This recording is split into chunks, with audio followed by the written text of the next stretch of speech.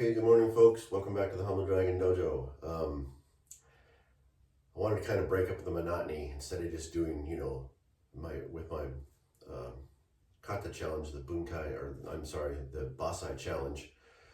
Getting the two words confused. It's just boring to see the kata repetitively done each time. So I'm taking the tid-bit again out of the kata, showing you how it can apply in self-defense.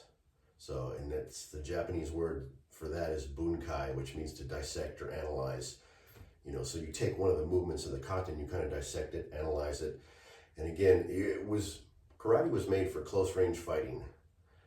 This stuff you see nowadays where they're doing the point karate and the point sparring and the demonstration of kata where they're doing a choreographed fight scene.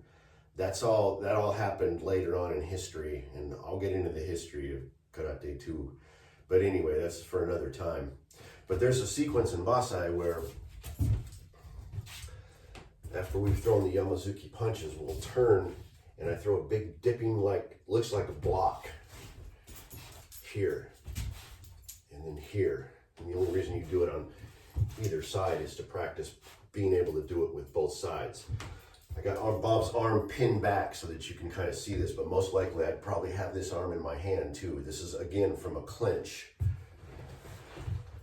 If Bob gets a hold of my arm, and you can see in the mirror too, and I'm gonna lock him in like he's got this thing locked in. If he's got it locked in and he's a really strong dude, you're not gonna pull out of there like that.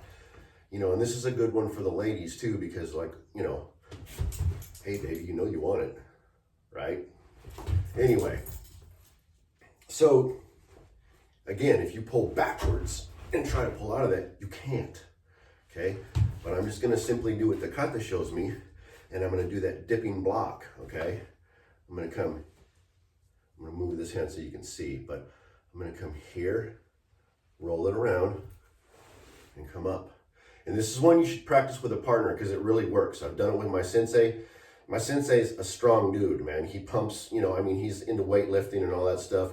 And he got a hold of me and I was able to escape just by turning my arm like that. And so if you need to add a little bit of extra strength into it, I just turn my arm right there, but you use the whole body, okay? Here, and break it out. Now your hand is free to do whatever you want to do to escape. I'll grab this hand that just jumped out. Anyway, that's all I got. That's the tidbit for today. Thank you for checking out the Humble Dragon Dojo. Keep training.